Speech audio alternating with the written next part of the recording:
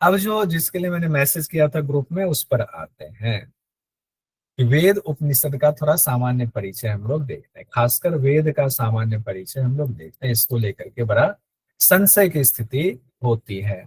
समझ नहीं पाते हैं हम अपने ही धार्मिक ग्रंथों को, हम अपने ही ग्रंथ को ठीक से नहीं जान पाते। वेद को देखिए, ऐसा पुराने जमाने में तो बिल्कुल, ये तो तस्वीर मैंने एआई से बनवाई थी, इसको थोड़ा सा मॉडर्न से जोड़ दिया हुआ है। पुरातन जमाने का अंदाजा लगाइए कैसे जो है गुरु परंपरा में वेद का ज्ञान होता होगा आश्रम में।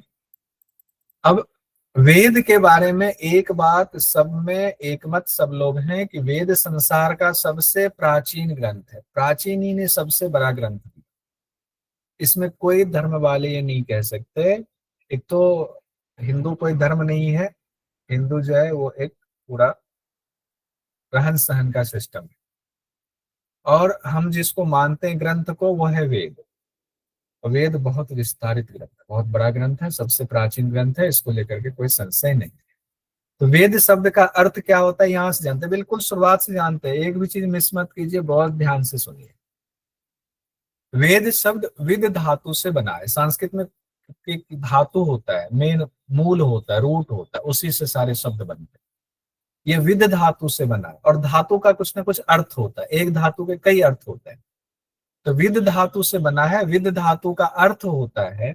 व्याकरण में ये सारी चीजों की चर्चा होती है। ज्ञान, ज्ञान का विषय, ज्ञान का साधन।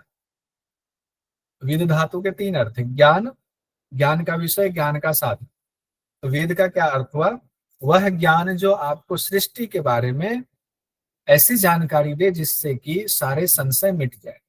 सृष्टि की रचना कैसे हुई, कौन रचना करने वाले हैं, हमें क्या करना चाहिए, कैसे जीवन जीना चाहिए, हम कौन है, सारे संशय मिट जाएंगे। ऐसा ज्ञान जिस शास्त्र में है उसको वेद कहा गया।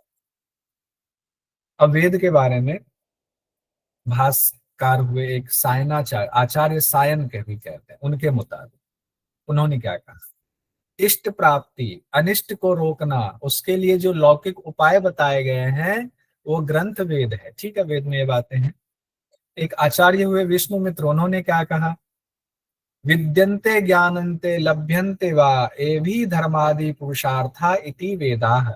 यानी कि जो पुरुषार्थ चार हैं, धर्म अर्थ काम मोक्ष, उनको बताने वाला जिस ग्रंथ में वो है विद्यमान, और जिसमें उसका ज्ञान मिलता है, और जिसमें आप उसको साक्षात करते हो धर्म अर्थ काम मोक्ष को, ऐसे ग्रंथ को वेद कहते हैं। ठीक है, ये भी एक परिभाषा होगी। अब हम लोग जानते हैं कि वेद को किन किन नामों से जाना जाता है। एक एक चीज सीक्वेंस में आ रहे हैं हम लोग। वेद को उनकी खासियत के हिसाब से, विशेषता के हिसाब से अलग अलग नामों से पुकारा जाता है। अपौरुषेय भी कहा जाता है वेद को। क्यों? क्योंकि उसकी रचना किसी पुरुष ने नहीं की है, रचना किसी ने नहीं की है, मनुष्य ने नहीं की है, वो पहले से है। अपौरुषेय कहा जाता है, रचना नहीं की गई है, वो है, मौजूद है, पहले सनातन से मौजूद, किसी मनुष्य ने नहीं की रचना, इसलिए अपौरुषेय कहा जाता है। श्रुति कहा जाता है, आगम कहा जाता है, निगम कहा जाता है, आमनाय कहा जाता है, त्रयी भी कहा जाता है वेद को, छंदस कहा जाता है, स्वाध्याय भी कहा जाता है। इतने नामों से पुकारा जाता है। श्रुति क्यों कहा जाता है? श्रुति का मतलब है सुनना। पुरातन समय में गुरु परंपरा होती थी, तो वेद के जो नियम थे, वेद में जो चीजें कही गई हैं, जो ऋषि मुनियों ने साक्षात किया उन मंत्रों को, तो अपने शिष्यों को बोल करके बताते थे और शिष्य सुनते थे। तो सुन करके ही अध्ययन अध्यापन चलता था। फिर वो परंपरा, वो शिष्य फिर बाद में गुरु बने, वो अपने शिष्यों को बताएंगे, परंपरा लंबे समय से चली आ रही थी। तो श्रुति में ही वेद का ज्ञान पूरे समाज में फैलता था, एक पीढ़ी से दूसरी पीढ़ी में। इसीलिए वेद को श्रुति कहा जाता है। आज भी वेद को श्रुति कहा जाता है, वेद को श्रुति कहा जाता है। आगम क्यों कहा जाता है? आगम आप देखते हैं, प्रमाण कहते हैं, प्रत्यक्ष अनुमान आगम, यानी प्रमाण। कहाँ से मिलेंगे प्रमाण? वेद से ही। तो वेद ही तो एक समंदर ऐसा है जहां जो किसी भी बात पे संशय हो, उस समंदर के पास पहुंचिए, उसको खंगालिए, वहां आपका संशय दूर होगा। तो प्रमाण भी वहीं से मिलता है, इसलिए वेद को आगम कहा गया है। निगम भी कहा गया है इसको, आगम निगम। निगम का अर्थ होता है जिसमें ज्ञान कर्म उपासना की विधियां बताई गई, उसको निगम कहा जाता है। इसीलिए वेद के लिए निगम शब्द का भी इस्तेमाल किया जाता है। वेद में निगम की भी चर्चा की गई है। आमनाय का क्या अर्थ होता है? यथावत हूबहू जिसका अभ्यास किया जाता है। तो वेद का अभ्यास यथावत यानी हूबहू करने के कारण इसे आमनाय भी कहा जाता है। त्रयी देखिए, त्रयी को लेकर के हो सकता है कुछ संशय हो। ऋक यजु और साम ये तीन तरीके होते हैं। ऋक यजु, यजुर और साम। ऋक मतलब ऋग्वेद, यजु मतलब यजुर्वेद, साम मतलब सामवेद वैसे है, लेकिन तीनों की एक शैली है, एक पद्धति है। तीन प्रकार से मंत्रों को उच्चारण की भी वहां पर विधि है, रखने के तक के तरीके हैं। तो एक है ऋक, एक है यजु, एक साम। इन तीन प्रकार से मंत्रों का समूह बटा हुआ है, इसीलिए इनको वेद त्रयी कहा जाता है। वेद त्रयी शब्द जो आता है त्रयी, इसमें अथर्ववेद इसलिए नहीं माना जाता, हालांकि अथर्ववेद में भी ऋग्वेद के कई मंत्र हैं। तो वेद त्रयी का सही अर्थ ही है। इसको हम लोग और डिटेल में आगे देखें बात। तो अभी इसको इतना ही रहने देते हैं। छंदस भी कहा जाता है वेद को। छंदस, इसमें फिर वही तीन चीज, ऋक यजु और साम, जो तीन शैली है मंत्रों को प्रेजेंट करने की, गाने की, बोलने की, उनकी शैली और अर्थ की वजह से छंदस भी कहा जाता है। छंद क्या है, थोड़ी जानकारी हम लोग बाद में भी देखेंगे, जब योग के अंग देखेंगे 6, उसमें छंद की चर्चा आएगी। स्वाध्याय, स्वाध्याय का बड़ा महत्व है। स्वाध्याय में क्या कहा जाता, तो पहले कहा है स्वाध्याय कीजिए, धर्म ग्रंथों का स्वाध्याय कीजिए। धर्म ग्रंथ भी कहाँ से आए हैं? वेद से ही आए। तो जब धर्म ग्रंथ नहीं थे तो स्वाध्याय किसका होता था? वेद का ही स्वाध्याय होता था। तो एकमात्र विषय वेद को ही माना गया है कि उसका स्वाध्याय कीजिए, और वेद से ही सारे वैदिक ग्रंथ निकले हुए हैं, तो इसीलिए वेद को स्वाध्याय भी कहा जाता है। यहाँ तक क्लियर है? तो थम्स अप कीजिए, पता चले कि यहाँ तक सब क्लियर है। अपनी तरफ से हमने कोशिश की बहुत सरल भाषा में सब कुछ कहने की, हालांकि बहुत विस्तृत है, इतना इतना सा नहीं है, बहुत बड़ा है। तो हम लोगों को सिर्फ सामान्य परिचय जानना है, तो उतना हमने देख लिया। अब आते हैं वेद की रचना कब हुई, काल का निर्धारण कैसे होगा। तो वेद की रचना कोई नहीं बता सकता है कब हुई है, लेकिन यहाँ बताया गया है, ध्यान दें। तो कोई नहीं बता, हम सब योग वाले भी क्लास में मौजूद, हम ये जानते हैं वेद की रचना कब, जब से सृष्टि तब से वेद है, लेकिन कभी लिखा गया होगा उसकी चर्चा कर। वेद कैसे आया? तो वेद जैसे सृष्टि आई, तो सृष्टि में, सृष्टि के आते ही वेद के सारे मंत्र पहले से मौजूद हैं, लेकिन हमें नहीं पता। हमें कैसे पता चला? ब्रह्मा भगवान के मानस पुत्र हुए, बड़े दिव्य दिव्य हुए, उन्होंने, उनसे ऋषि उत्पन्न हुए, एक परंपरा चली संतों की, ऋषियों की। वो जब ध्यान करने लगे तो दिव्य दिव्य अनुभूति होने लगी उनको, उनको ब्रह्मांड का रहस्य पता चलने लगा मंत्रों के द्वारा, छंदों के द्वारा। उनको जब वो चीज साक्षात होने लगा, कोई ज्ञान होने लगा, वो मंत्रों में, छंदों में वो पूरा ज्ञान होने लगा, वही मंत्र फिर वो अपने शिष्यों को बताने लगे कि क्या है ये सृष्टि। तो सृष्टि मंत्र बोल करके, बोलेंगे, बोल करके तो बताएंगे, मैं कौन हूँ, आत्मा क्या है, जीवात्मा क्या है, ये क्या है, वो क्या है, पूरे ब्रह्मांड के बारे में। तो वो सारी चीजें ध्यान से साक्षात होते चले गए। हजारों सालों की परंपरा में हजारों ऋषियों, लाखों ऋषियों का योगदान है, तब जाकर के वेद के मंत्र आए, और फिर उन मंत्रों को गुरु शिष्य परंपरा में आगे बढ़ता गया, श्रुति के रूप में बढ़ता गया। बहुत लंबे समय तक तो संकलित हुआ नहीं, श्रुति के रूप में ही वो संकलित, स्मरण में रहा, संकलित नहीं हुआ। बाद में लगा कि इसको संकलित किया जाए। तो वेद के जो हजारों मंत्र हैं वो एक बार में नहीं प्रकट हुए, उसके लिए लंबी प्रक्रिया के बाद वो मंत्र प्रकट हुए। और फिर उसको ये हुआ कि अब बाद में इसको इतना कौन याद रखे, हर परंपरा वाले, सब लोगों को चारों वेद सब नहीं पढ़ते, उसकी परंपराएं होती, जिस गुरु से जो जुड़े हैं उनकी शाखा है, उतना ही मंत्रों की उनको जरूरत है, उतना ही वो याद करेंगे। लेकिन आम लोगों को बताने के लिए ऐसा माना जाता है कि वेद व्यास जी ने संकलित किया सभी मंत्रों को। हालांकि इसका कोई सबूत तो है नहीं, लेकिन यही माना जाता है कि वेद व्यास जी ने ही व्यास जी ने ही, कृष्ण द्वैपायन व्यास जी ने ही गणेश भगवान की मदद से उन मंत्रों को संकलित किया। ठीक है, उसकी और देखेंगे कैसे संकलित किया वो देखेंगे, लेकिन पहले देखते काल का निर्धारण। अब लीजिए, हम आप मानते हैं काल नहीं है, लेकिन बड़े बड़े विद्वान हुए, उन्होंने कहा नहीं, काल तो मानना पड़ेगा। रिसर्च शुरू हो गया। रिसर्च शुरू हुआ तो बड़े बड़े विद्वानों ने रिसर्च किया, निष्कर्ष निकाला, कुछ पांडुलिपि यहाँ वहां लाइब्रेरी में ढूंढ करके एक विद्वान हुए professor Max Muller. Professor Max Muller ने कहा, अपने पूरे रिसर्च का पूरा जी जान लगाने के बाद, कि 1200 ईसा पूर्व से 400 ईसा पूर्व के बीच में वेदों की रचना हुई है। अब लीजिए, इन्होंने एक नया दे दिया ज्ञान, मैक्स मूलर साहब ने, और इन्होंने कहा कि इसको 4 भाग में, इस पूरा रचना काल जो 1200 ईसा पूर्व से 400 ईसा पूर्व है, इस समय को भी इन्होंने 4 भागों में विभाजित किया। एक को कहा छंद काल, इस दौरान छंद की रचना हुई। एक को कहा मंत्र काल, इस दौरान मंत्रों की रचना हुई। फिर कहा उन मंत्रों की व्याख्या हुई, छंदों की व्याख्या हुई, तो उसको ब्राह्मण काल कहा। फिर उनके लिए सूत्र काल कहा, आगे का काल सूत्र काल कहा। इन्होंने 4 भाग में पूरा बांट दिया। ठीक है, कोई बात नहीं। फिर लोकमान तिलक जी हुए, अपने स्वतंत्रता सेनानी, महान, बहुत बड़े विद्वान थे। उन्होंने कहा कि नहीं, वेद 6000 से 4000 ईसा पूर्व के बीच में संकलित किया गया होगा, ऐसा इन्होंने रिसर्च करके बताया। 6000 से 4000।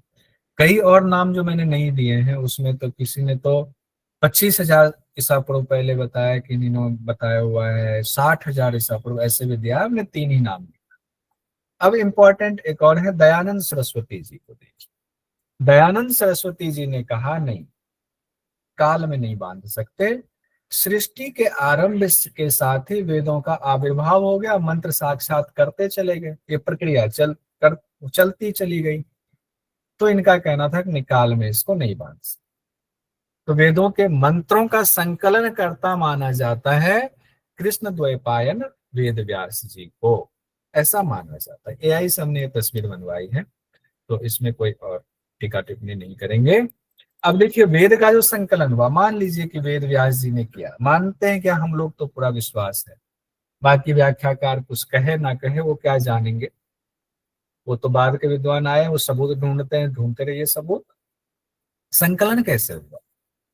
तो जितने परंपराओं में ऋषियों की परंपराएं चल रही थी, जितने मंत्र थे, वेद व्यास जी तो तत्वदर्शी थे, उन्होंने कहा नहीं, इन मंत्रों को संकलित करना चाहिए। तो मंत्रों के जो संकलन है, इनको संहिता कहा गया, और इनको उन्होंने 4 पार्ट में 4 तरह से संकलित किया। उन्हीं को 4 संहिताएं का, अब जो संकलित करेंगे, जो मूल मंत्र हैं उसी को तो करेंगे, व्याख्या अभी नहीं कर रहे हैं, व्याख्या की तो अभी बात ही नहीं हो रही। अभी सिर्फ मूल मंत्रों को संकलित किया जा रहा है। ऋक वाले जो शैली है उसको ऋग्वेद संहिता कहा गया। सारे ऋक वाली शैली के जितने मंत्र थे उनको एक तरफ संकलित किया गया, उसको ऋग्वेद संहिता कहा गया। यजुर शैली जो है, उसको जितने मंत्र हैं उसको एक तरफ किया गया संकलित, उसको यजुर्वेद संहिता कहा गया। गायन शैली वाले जितने मंत्र थे उनका संकलन जिस भाग में किया गया उसको सामवेद संहिता कहा गया। और अथर्ववेद संहिता, अथर्ववेद के कहा जाता है कि अथर्वा और अंगिरा ऋषि का बड़ा योगदान रहा। इन्होंने इन मंत्रों को साक्षात किया और इन्होंने परंपरा बढ़ाई। तो अथर्वा अंगिरा ऋषि वाले जो मंत्र हुए, उसको जिस तरह संकलित किया गया उसका नाम दिया गया अथर्ववेद संहिता। यानी जो वेद, मूल जो वेद है, ऋग्वेद, यजुर्वेद, सामवेद, अथर्ववेद, वो बेसिकली संहिता रूप में सबसे पहले सारे मंत्रों को संकलित किया गया। तो संहिता रूप में, अब लिखित रूप में भोजपत्र पे उसको संकलित करके रखा गया। ठीक है, यानी कि संहिता चारों वेदों के संहिता है, मूल मंत्र है। अब इन संहिताओं से चीजें आगे बढ़ेंगी, कैसे बढ़ेंगी वो देखिए। इन्हीं चारों संहिताओं से आगे 3 महत्वपूर्ण ग्रंथ निकले। कौन से 3 महत्वपूर्ण ग्रंथ? अब जो आप तक अब तक पढ़ा है उसको देखिए। ब्राह्मण ग्रंथ निकले, आरण्यक ग्रंथ निकले, उपनिषद ग्रंथ निकले। हर संहिता से, चाहे ऋग्वैदिक संहिता, उससे अलग ब्राह्मण ग्रंथ निकलेंगे। यजुर्वेदिक संहिता जो है जिसमें मंत्रों का संकलन है, उससे अलग ब्राह्मण ग्रंथ निकलेंगे। उसी तरह बाकी से सबसे चारों संहिताओं से ब्राह्मण, आरण्यक, उपनिषद ग्रंथ निकलेंगे। यानी हर वेद का ब्राह्मण ग्रंथ, आरण्यक ग्रंथ, उपनिषद ग्रंथ अलग अलग हो सकता है। तो इस तरह अगर हम लोग अभी तक देखें तो सामान्य रूप से अब योग के वेद के कितने भाग हो गए? 4 भाग में हो गए। कौन सा? पहला संहिता हो गया चारों का, ब्राह्मण चारों का, आरण्यक चारों का, उपनिषद चारों का। तो वेद का इसीलिए हम लोग कहते हैं 4 भाग होता है सामान्यतः। सामान्य रूप से वेद के 4 भाग संहिता, ब्राह्मण, आरण्यक और उपनिषद हो गए। अब इसको आगे पढ़ेंगे थोड़ा सा और खुलेगा, माइंड खोलिए। बिल्कुल किसी चीज में नहीं पढ़ना, बस समझने के लिए। अब विद्वान जो है, विद्वान व्याख्या करते जाएंगे तो अलग अलग बाद के विद्वानों ने अलग अलग व्याख्या की। एक वाचस्पति गैरोला नाम के विद्वान हुए, इन्होंने मूल संहिता की जो ऊपर चर्चा हुई ना, ये मूल संहिता जो हमने कहा, ऋग्वेद संहिता, यजुर्वेद संहिता, सामवेद संहिता, अथर्ववेद संहिता, जिसमें मूल मंत्र थे, कोई व्याख्या नहीं थी, उन मूल में पहले व्याख्या गुरु करते थे श्रुति के रूप में, जरूरत नहीं थी। तो वाचस्पति गैरोला जी ने कहा कि बेसिकली वेद तो वही है, बाकी जो ग्रंथ निकले हैं ब्राह्मण, आरण्यक, उपनिषद, वो तो उनसे निकले, तो वैदिक साहित्य हुए, उनके साहित्य हुए वेद के। इन्होंने वेद को मूल माना और ब्राह्मण, आरण्यक, उपनिषद को वैदिक साहित्य माना। बाद के और विद्वानों ने व्याख्या शुरू की, जैसे मैक्स मूलर साहब हुए, जो बात हुई, गौरी शंकर उपाध्याय, जो बहुत सारे विद्वान हुए। जब सबने व्याख्या की तो अभी के जो विद्वान हुए, इन विद्वानों ने कहा सभी विद्वानों की व्याख्या को अगर देखें तो वेद का वर्गीकरण 6 भागों में किया जाता है। ये अंग नहीं, अभी भाग ही चल रहे, 6 भागों में वेद का वर्गीकरण किया जाता है। कैसे 6 भाग में किया जाएगा? एक होगा संहिता, जो हमने देखा, 4 तक कोई दिक्कत नहीं है।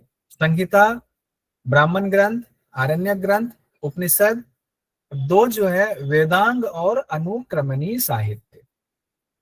अब वेदांग आ गया 5वें नंबर पर। वेदांग के 6 अंग होंगे, ध्यान रखिएगा, वेदांग के 6 अंग होंगे, यानी वेद के अंग 6 होंगे। यहाँ वर्गीकरण वेद का 6 पार्ट में किया गया है। अनुक्रमणी साहित्य भी है। अब इसको थोड़ा थोड़ा हम लोग 2-2 लाइन में देखते हैं, 6 का 6 क्या है। संहिता हम लोग जानते हैं, वेद के जो मूल मंत्र हैं, चारों वेद के 4 संहिता है। ब्राह्मण ग्रंथ क्या है?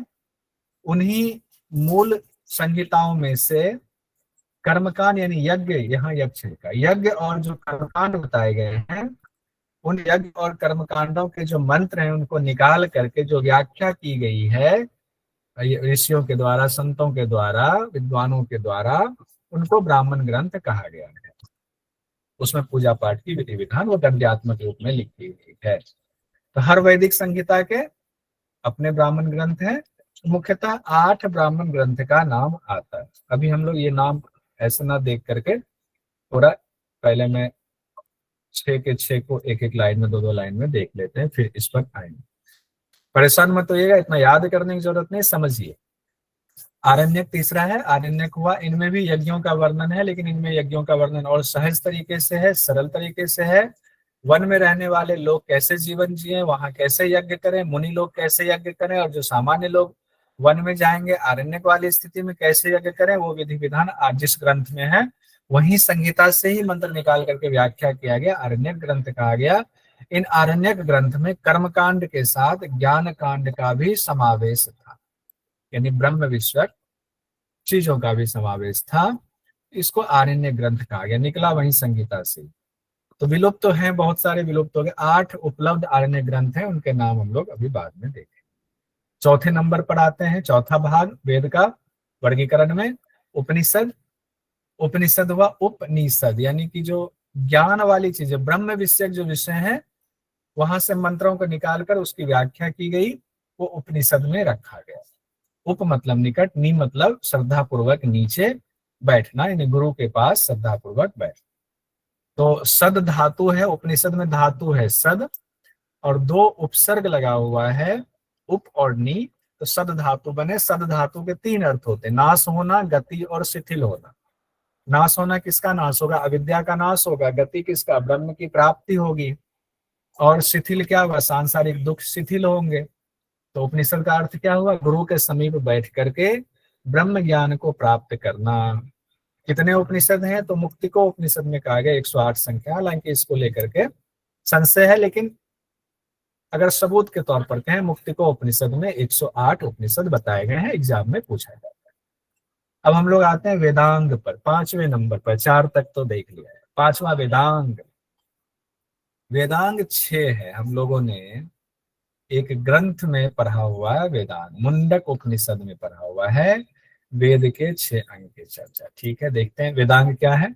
तो पवित्र जो ये ग्रंथ है वेद, इनके जो हजारों मंत्र हैं, समय के साथ उसके उच्चारण में, उसको बोलने में, उसके नियम कानून में, उसको अप्लाई करने में कोई त्रुटि ना रह जाए, कोई गलती ना हो जाए, उसके लिए नियम बनाए गए।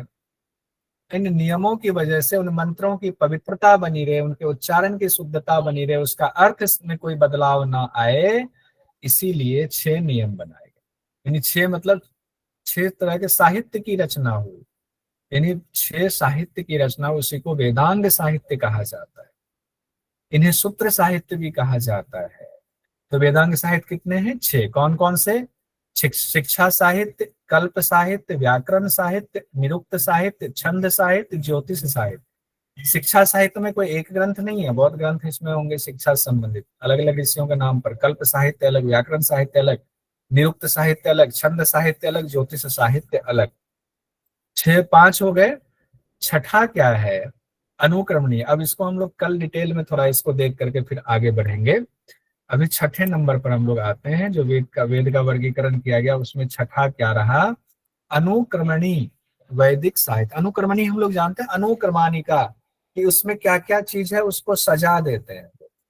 उसी तरह वेद के मंत्रों को समझने के लिए बड़े बड़े विद्वानों ने, संतों ने, ऋषियों ने अनुक्रमानिका बनाया। अच्छा, यहाँ पर यह बात कही गई है शुरुआत में, ये इन मंत्रों में ये ऐसे अनुक्रमानिका बनाए, तो सोचिए हजारों मंत्रों का अनुक्रमानिका वाले ग्रंथ भी मोटे हुए होंगे।